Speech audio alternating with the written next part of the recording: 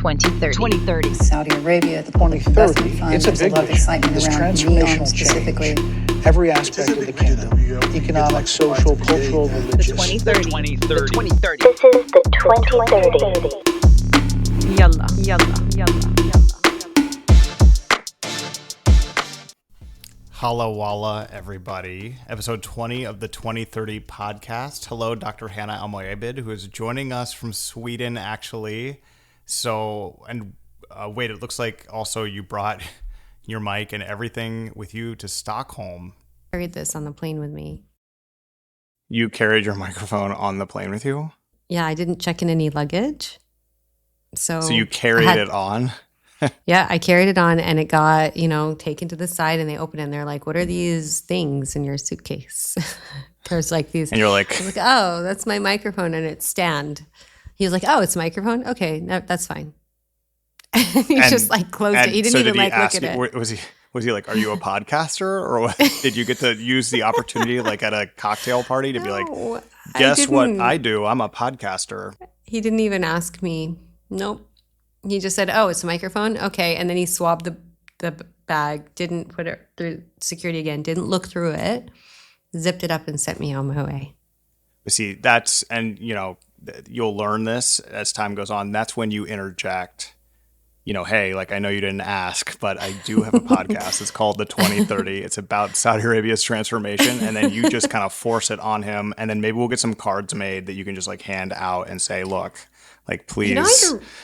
Like security at the airport, you want to minimize interaction with them. I'm not going to upsell my podcast to the guy that's checking my bag. Oh, I love to engage with the security at airports at any point. And you know what? They're actually looking for it. Everybody's so frustrated by them. Everybody's so like worried. Oh, like you're looking at my stuff. Like it goes a long way to be like, what's up, Carl? Like, I don't interact. I want to get out of there as fast as possible. Not me. I'm hanging out with those dudes. TSA, Customs, and Border Protection. Those dudes are all my guys. Yep. Do you have any like horror stories that like of people being like, you're Saudi, like step over here? Because I'd love to hear that. We're not going to talk about it now because we don't have time. Okay, we don't have time. We have a great episode today. We are going to be talking about a new stadium announcement in Saudi Arabia, in Riyadh, and it is going to be the subject of a deep dive on sort of the broader investments that are happening in Saudi Arabia into football stadiums specifically and stadium infrastructure in general. We're going to round out today's conversation with some news. And Dr. Hanaa, this is a special episode, right? This is episode 20 of the 2030. So congratulations, Mabruk to you. Great work. Off to an awesome start, if you ask me.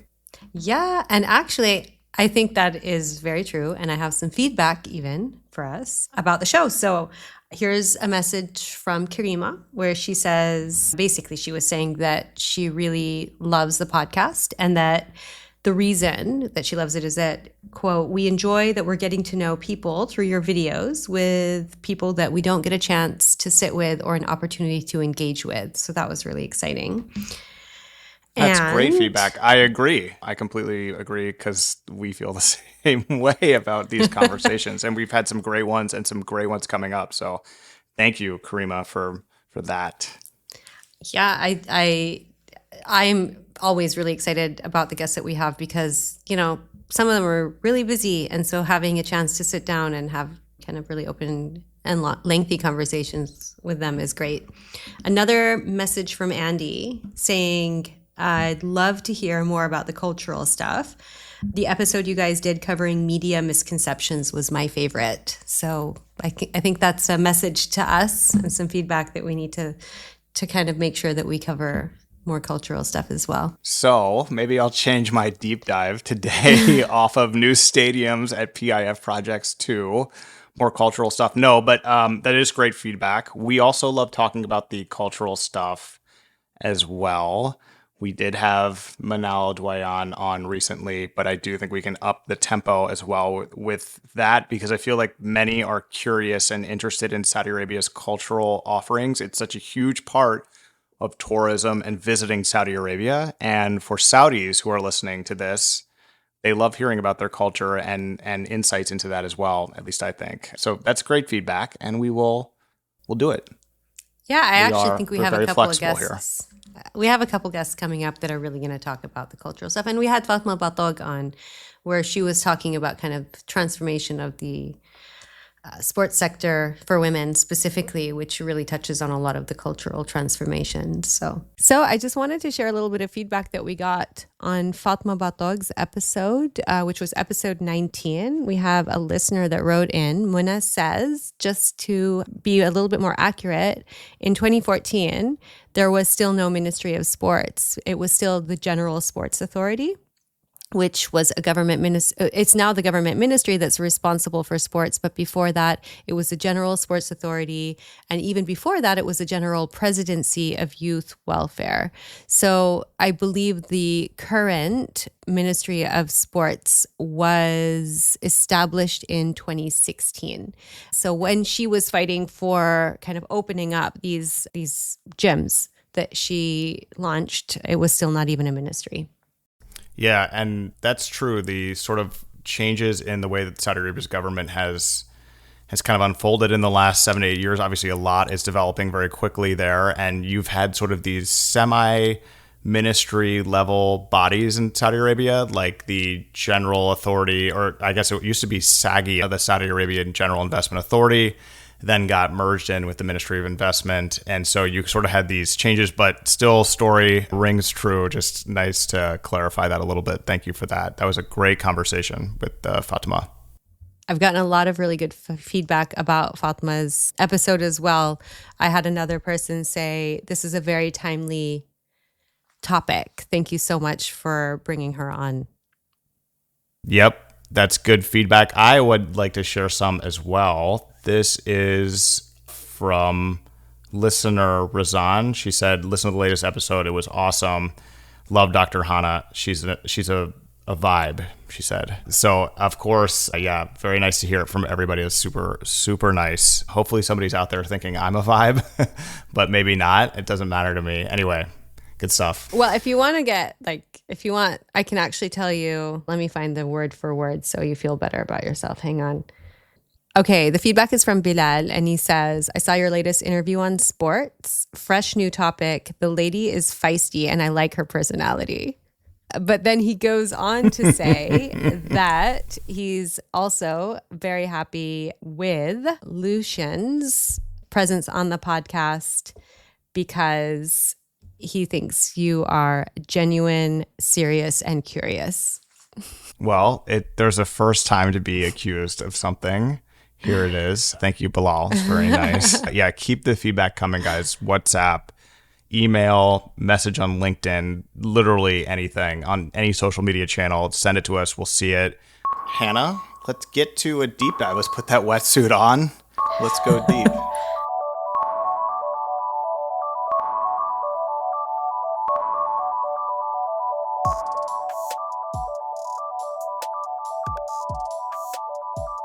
Okay, I wanted to spend some time in a deep dive segment today talking about Saudi Arabia, and really just there's a lot going on when you hear about Saudi soccer and Saudi football. I'll try to say football. It's very difficult for me because football means something else. I'm going to talk about that in a second.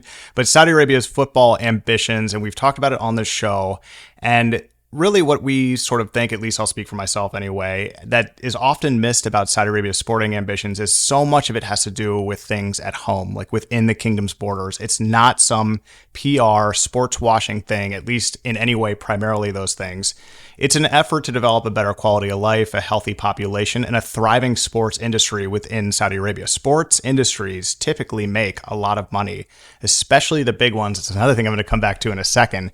Just this week, one of Saudi Arabia's 5 giga projects, the new Murabba, revealed designs for a new football stadium. Hanaa, have you seen this? Did you see this come out?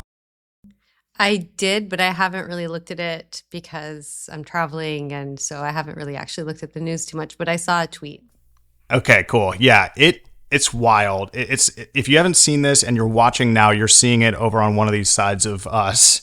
And so the whole thing is designed basically as an inspiration from the acacia tree. So for the first time ever, what we are seeing, at least for the first time ever for me, it's like a wood stadium. It looks like the whole thing is made of wood. I've just never seen anything like it. So before we get into the stadium itself, I just want to take a step back and look a little bit at, all the developments going on with Saudi Arabia's investments in sports locally and focus really more on football and stadiums. Recently, I moderated a panel on the importance and influence of sports on Saudi Arabia's Giga projects at the Giga Projects Forum in Riyadh. And one of the interesting things that came out of that discussion is something that clearly is a practice here in the United States where the development and especially monetization of sports is absolutely second to none. So here in the US, this definitely serves as a model for stadium development around the world.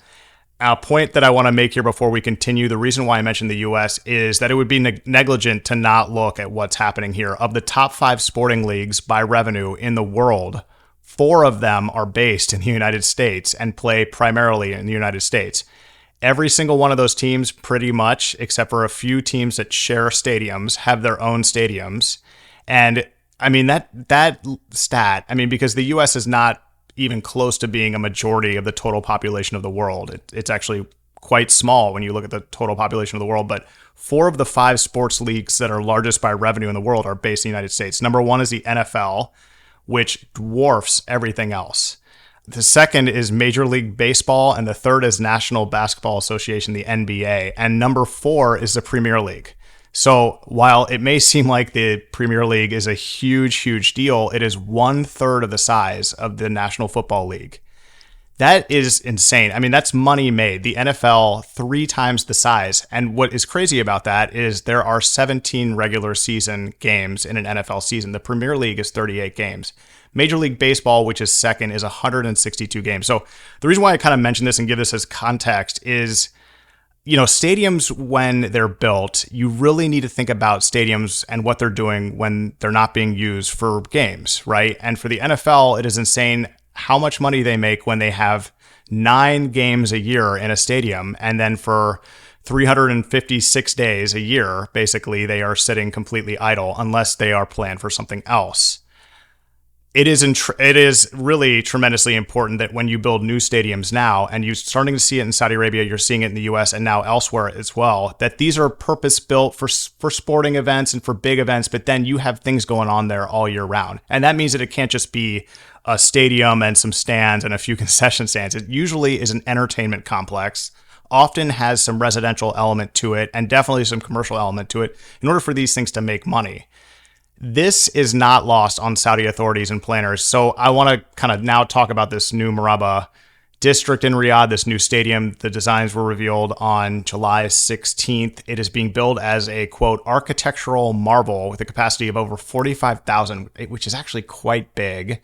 The stadium will be the central pillar of the new Murabba, the transformative downtown destination city in Riyadh. And as I mentioned earlier, it is inspired by these sort of overlapping plains and peeling planar texture of the native acacia tree, and it just looks like a wooden stadium. And it's hard to really tell because it's kind of got that looks like AI rendering of it, so it's hard to really see it. Of course, you can't get up and touch it. I'm sure there isn't a model yet, but it's going to be so interesting to see how this actually looks and feels when it's complete. It'll feature cutting-edge sporting technology, creating an immersive and personalized fan experience. The stadium will be a vibrant community hub featuring illuminated entry points, shaded spaces, tough to say, for gathering and socializing. And then here's the quote in the press release that really ties into my point about usability of stadiums and the new way of building stadiums. Quote, the new Murabba Stadium is strategically positioned to enhance community engagement. Its design maximizes long-term usability, allowing it to be adapted to host a wide range of events beyond sports, gaming operations, and competitions and exhibitions. So this is a quote from Michael Dyke, the CEO of New Murabba. The New Murabba Stadium is a symbol of Riyadh's dynamic future. It demonstrates our commitment to developing world-class infrastructure and experiences that will captivate both local communities and global audiences. Completion is set by 2032. So That will not be ready in time for the 2027 AFC Asian Cup, but it will be ready in time for the 2034 World Cup coming to Saudi Arabia. That new stadium is built in the new U.S. style, which is, hey, we're playing some games here at this stadium. Sometimes it will be packed and sometimes it won't, but what is being put in here is a stadium and plus, as you like to say. There's a bunch of other stuff around this, and you can kind of see it in the design. It's like a mall, commercial area. They'll probably be connected very tightly with some residential areas. So I think what they're doing here is they're using these design firms that are doing things elsewhere and saying, hey, look, this is a great way to make money in the long term. Like, don't think of a stadium as some huge investment that you'll lose because it's part of some larger development. Of course, this stadium joins the announced earlier this year Mohammed bin Salman Stadium, which is truly, amazing, insane. I don't know what word to use here. It's on the side of a cliff. It's almost 65 stories high. Truly breathtaking views. If you haven't seen this, this is out of this world. The stadium is a unique design that it's basically totally covered in LED video screens, 45,000 seats, huge retractable screen on one side, and when that opens up, you'll have these crazy views over the cliff in Qadiyah.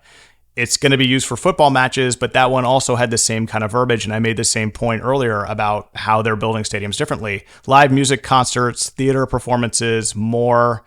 These are just two stadiums that are coming that were announced in Riyadh. Of course, joining the new stadium lineup, which my co-host is now going to perk up when she hears. To the EP in Dammam, you'll have Dammam Stadium, which is going to be one of the new stadiums for Saudi 2027. There will also be a Riyadh stadium for the 2027 games that they say will be completed. I'm not sure about that. That was announced last year. Elsewhere in the kingdom, major stadium renovations and overhauls of existing stadiums at King Fahad Stadium, Prince Faisal bin Fahad Stadium, Prince Saud bin Jalawi City Stadium, and Prince Mohammed bin Fahd Stadium. So building new stadiums, renovating existing stadiums, clear indication that the investments in football, in sports, are not just a one-time PR stunt, but truly an investment into the infrastructure of sporting in Saudi Arabia. What we don't know is whether New Murabba will get a football team in the future. I couldn't find anything on that. Of course, Diriyah has one. Al Diriyah FC, that's been around for a while, haven't been terribly competitive, although I'm hearing that there may be some ways that they can improve the club's performance in a piffy kind of way to invest in the team to make it more competitive, but nothing on that. But anyway, congrats on the new stadium release. Check it out if you haven't. The photos are like, I kind of can't believe what I'm looking at. It has a bit of that Saudi kind of modern Saudi Salmani feel to it, but I don't know if that's like the technical term, but it just is really rad. And that's my deep dive today. Really rad is a good way of describing it, actually. So just like the Dammam one is right next to my childhood home. So it is in my neighborhood. Okay, so I'm just gonna home say values that, up, or what are we looking at here? Yeah. Actually, no, I feel like traffic is going to be a little bit tricky when we have, the World Cup. But anyway, let's not think about that. Exciting that all of these other stadiums are popping up around the kingdom. Clearly, there's a need to, make sure that people have a space that is inviting and exciting to go to, not just to watch the sports, as you mentioned, but also to do things around culture and just different events, music events, different festivals, different things. Just a nice big open space to congregate and celebrate different occasions. So I think it's fantastic. And yeah, these photos are really, really interesting. The new Murabba Stadium is going to be something else out of this world. It's very futuristic, as so many of these structures look like, in photos. So it's going to be something to visit for sure. Yeah, out of this world and yet worldly, because it's got this like wood thing going on. And I mean, you said it right. I mean, it's like you have stadium designs and you can build a stadium for sports, but if you want to use that for like a wedding or for a concert, it really becomes very difficult. And it's little changes. You still have the pitch or the field, you still have stands, but then there are different entry and exit situations or different ways to set things up. If you plan for it in advance, you can use them for anything. You can also set them up like Qatar did and then take them down and move them somewhere else. I mean, the technology is incredible these days. So to see these stadiums that are coming into Saudi Arabia, across Saudi Arabia, that are innovative and new, and they're not just, hey, give me 85,000, I want NFL fans to drive out to the Meadowlands or, Southern Virginia an hour and a half to go see a football game. And it's just like, well, that experience sucks. So like nobody wants that. To see them building and adapting to things that are already existing is really cool. It's very new Saudi, if I may say, the way that the approach is being done. So congrats. Cannot wait for the World Cup 2034. I guess I can wait, but I really hope to attend. So. But I just wanted to pick up on the last bit where you were saying that it's kind of inspired by the acacia tree or acacia tree. I'm not sure how to pronounce that, but in English. However, I was just looking at kind of a little bit more about the tree and its significance in Saudi. And, it kind of is native to the West Coast, as far as I understand, more than other parts of the kingdom, especially kind of the Southwest. But it's an important contributor to biodiversity within the kingdom, and it thrives in valleys and the surroundings. It does kind of highlight a significant resilience because they live through significant periods of drought and extreme heat. So I think it's important to think about that. It's also the wood that we'd used for campfires that smells really nice, but people can get in trouble for cutting down, right? So I think that, it is a part of the culture and people do feel quite close to it. I thought it was important to highlight that it's not just a tree, but there are a lot of cultural kind of significant factors to the tree itself. So you can't cut the trees down, and that you actually can't use any local wood, right? At all, you have to import your wood to use for firewood because they don't want people saying, "Well, this tree was basically falling down," and right, you have to like buy your wood, as I understand it, in Saudi Arabia. It's regulated, right? You'd have to buy it, and you're not allowed. And people are constantly getting in trouble for going out and just finding trees and chopping them down. We're trying to plant more trees. We're trying to keep our ecosystem as green as possible. And so, yes, there's, been an effort to really, really restrict people's chopping habits, I suppose. I don't know. There was a big market though, right? Like side of the road, buy a bundle of firewood. And that's kind of gone away because you do need to regulate it in order to protect the species itself. Yeah, and so acacia, I actually don't know. I can't believe we just wandered into this segment not really having the real pronunciation, and that's okay. These are the ones, or one of the trees that are in the mix, especially in the Green Riyadh and Green Jeddah programs, because they are so drought tolerant that they kind of look good all year round. I mean, last time I was there was late May, early June, and these things were thriving. It was 100 degrees out, and I think they do really well. So and that's part of this whole green program. They're not putting pine trees in there that need water all the time. It's whatever is resilient, and that's cool. So yeah, it's really cool. The stadium's amazing. So maybe we'll have somebody on to talk about it. Have you ever gone to any non-sporting events in stadiums? Oh yeah, like concerts and everything. Sure. Yeah. What else is there outside of like music concerts? And I played golf. All I can think of too. Yeah. I played golf at Nationals Park in DC. They let you go to the top and then just hit golf balls onto the field with these targets. It was pretty dope, to be honest. But yeah, okay. No, I mean concerts, and then I guess you have you can have events, you can have weddings, you can have, I guess in Saudi Arabia they also have football related things, like announcements of signed players. I remember when Benzema was signed to your team and they had this huge event. I don't know what it was, but it was huge. Yeah, and then of course you have, go ahead. No, I remembered as I'm trying to kind of rack my brain for other events that I've attended, and I attended a big event to raise money for cancer when I was in university at our university stadium. But then I remembered that in Princess Noura University, they created the biggest pink ribbon to raise awareness about breast cancer as well. It was a human pink ribbon, kind of women formed the ribbon with the, I think, clothing or whatever it was that they were using. I wasn't at that event, but I remember that as well. So I think you can do a lot of fundraising and a lot of awareness events as well. And the one that I attended, I was quite young. I was in university in the US at the time, but I think it was called a Relay for Life or something like that. So it was an all-night event where you stayed up the entire night lighting candles in remembrance of lives that were lost, people that were lost to cancer, and other things as well, races. And it was just a pretty cool thing. So I think that, those are the two things other than concerts. They were both related to healthcare. So Yeah, there you go. can have, and this is unique to the US and not to Saudi Arabia, but you can have political rallies at stadiums as well. And then the other things that are coming up for me in Google are wrestling matches, MLS games, and rodeos. So, you know. Rodeos in Saudi. I mean, not my thing. I've never been to one, so You've don't never know. been to a rodeo? Well, you are No. missing out. You should check it out when you're in the US next. They Maybe are monster quite truck something. races as well. Like I feel like that would be a good place for monster trucks. Monster truck races. There's a good one. I mean, Right? have you ever been to one of those?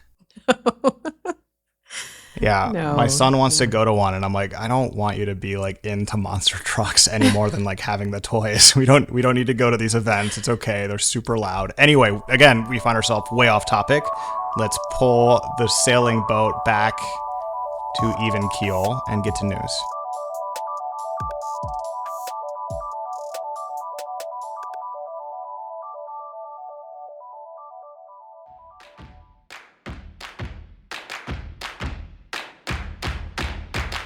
Riyadh Air and Delta have signed a strategic agreement, a strategic cooperation MOU with the goal of introducing a broad range of benefits for customers traveling between North America and the Kingdom of Saudi Arabia. The agreement was signed in Atlanta between Tony Douglas and Delta CEO Ed Bastian.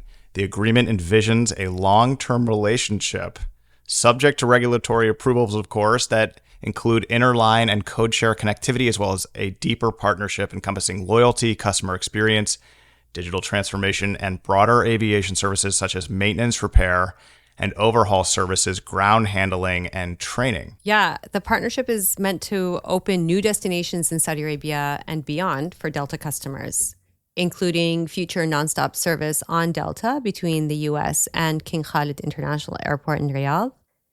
It'll provide leisure travelers with a new region of the world to explore while creating new opportunities for business travelers to Riyadh, a G20 capital city, plus destinations beyond. And it'll offer Delta's leading North American network for Riyadh Air customers, offering convenient access to hundreds of destinations in the US. So, I mean, I don't really fly Delta very often, but it is one of the major US airlines, right? And it's a legacy carrier that's been around forever. I think personally, I usually fly American just because they're affiliated with British Airways. And I think that that's kind of one of the things. But is Delta also part of the One World Alliance? I don't know. Delta is SkyTeam, and I'm curious about that. So a good point, because does this mean that Riyadh Air will join SkyTeam and be part of the SkyTeam alliance just like Saudia is? Or are they going to have something a little bit more competitive between them and have maybe Riyadh Air be part of something else? I mean, I don't know. But I try to use Delta when I can because I fly Saudia so much that it's just like the bulk of my points are coming in from Saudia. So, yeah, I mean, but this is kind of an interesting little angle to this is like, how does Saudia fit into this partnership in this angle? And what kind of relationship will Saudia and Riyadh Air have? I mean, it's sort of an interesting thing. Good to see Tony Douglas in the U.S. too, as well, down in hot Atlanta, which is interesting. Apparently, Delta also acquired Northwest Airlines. I didn't realize that, but that's what I used to fly quite a bit when I was living in the U.S. And now I think I fly more Alaska and JetBlue, just randomly. So there you go. love JetBlue. JetBlue is a great airline. I mean, you know, airlines, air travel, it's not always fun, convenient, on time, etc. But JetBlue seems to do a pretty good job. I didn't know that Northwest Airlines was a thing. Obviously, Southwest is huge, at least where I live in the surrounding cities, but that's cool. So Northwest is no longer a brand. It's just everything's now flying under Delta. Is that what's going on? Yeah, apparently Delta now has a hub in Seattle, Tacoma. The SeaTac Airport apparently is its West Coast hub because it acquired Northwest Airlines.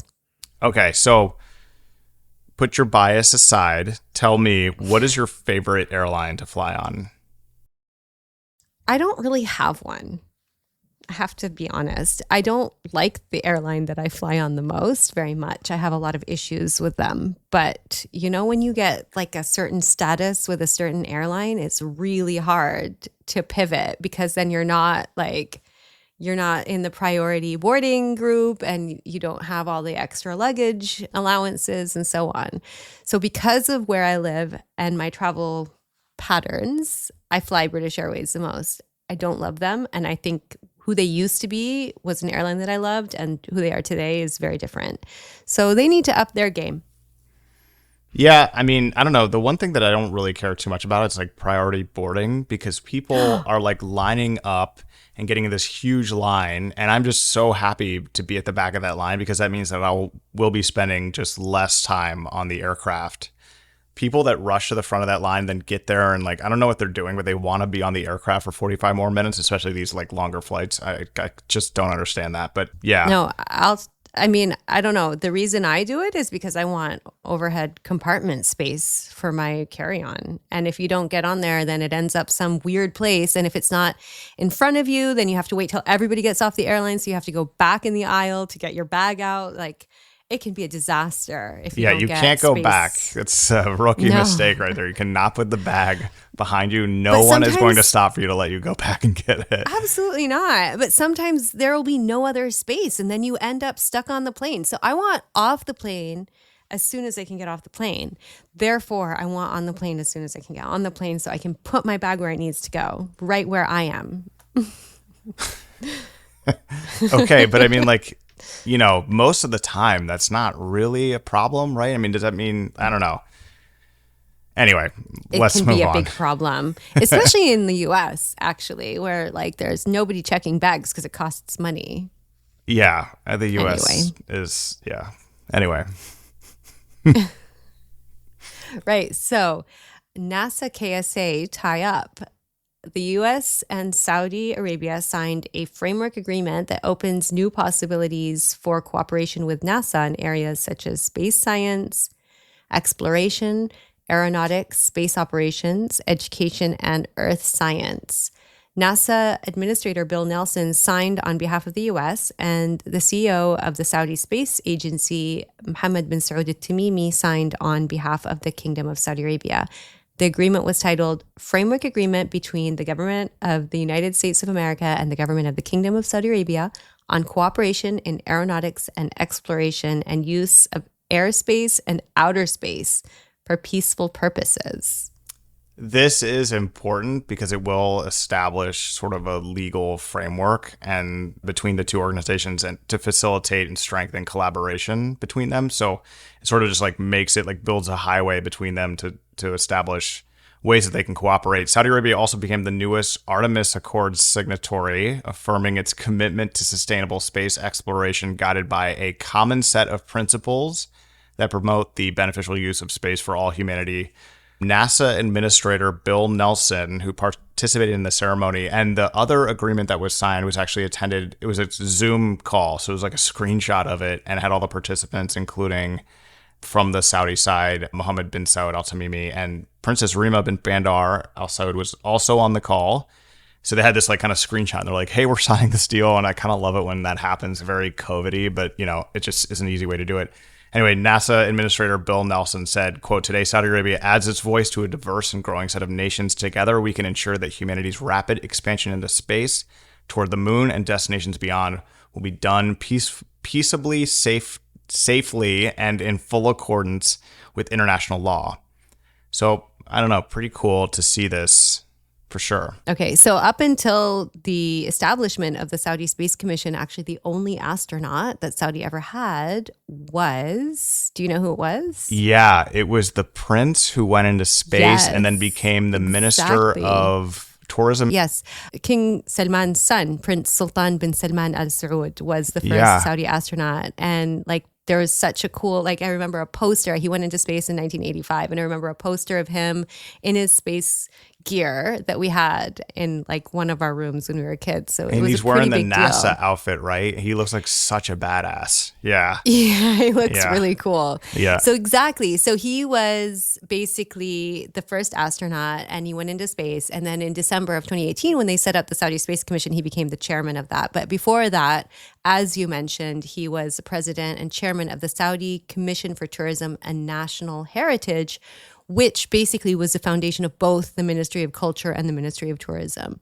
So he was a pretty big influence for a lot of kids of the 80s, but then also a big influence on establishing kind of systems to govern culture and heritage promotion and duration and all of the protection of it and so on. So Yeah, quite a legacy. I mean, the Saudi Space Agency is quite new, right? It was established, well, it's not that new, I guess. 2018, it feels new, but that was right before COVID, and then everything kind of changed. So I feel like there was a couple of years there where I forgot about it. But I think, I went to an exhibition in Riyadh where they were talking about some of their accomplishments. And then last year you had a couple of astronauts that went into space. So it's been doing some really interesting work. And this is exciting partnership with NASA. That's who people think of when they think space. So I think it's pretty cool. Yeah, including the first Saudi female who made it into space. And that was last year. It was a pretty cool accomplishment. Goldman Sachs says peak oil demand is still a decade away. According to Goldman Sachs research, the world's demand for oil is expected to grow for the next decade. Lackluster electric vehicle sales and rising incomes around the globe are increasing the appetite for energy supplies that will be met primarily with more fossil fuels. While some prominent forecasters have predicted oil demand will peak by 2030, Goldman researchers expect oil usage to increase through 2034. And a quote from the report is, we think peak demand is another decade away, and more importantly, after the decade it takes to peak, it plateaus rather than sharply declines for another few years. Goldman Sachs research forecasts in its base case oil demand to peak at 110 million barrels a day by 2034. And in a scenario with slower electric vehicle adoption, oil demand could keep increasing toward 113 million barrels a day by 2040. Yeah, so obviously if Goldman is right about this does have tremendous implications for Vision 2030, Saudi Arabia's budget, etc., because very much so Saudi Arabia is relying on oil to power the economic transformation that's ongoing in the kingdom right now. The transformation is to an economy away from oil. They're not there yet. The traction and progress so far has been tremendous. If you just ask the IMF, which is something we talked about 2 weeks ago, it's proceeding ahead very well, but it's just not there yet. So probably raised some eyebrows and created some beard scratching in Riyadh about this report from Goldman, which, if true, would be positive for the Saudi government and for Saudi Arabia's transformation plans, not tremendously positive for climate change and our ability to fight a warming planet. So interesting. Yeah, but I think it's important to see what is being projected in order to really calibrate expectations. And I think that it's important also to note that despite our willingness to invest as heavily as possible in new technologies that are greener, people will likely still continue to use oil, hopefully more safely, and maybe some of the technologies will contribute to carbon capture and reducing emissions, and you can still use it, but it won't be as harmful. But that's wishful thinking maybe, or it's just belief in science. IMAX movie cinemas signed 4 theater deals in Saudi Arabia. IMAX and movie cinemas, the major Saudi exhibitor, have signed a 4 theater deal. The agreement will see movie cinemas open 2 IMAX theaters with laser systems in Riyadh, another in Jeddah's Mall of Arabia, and a 4th system will open in Lahran.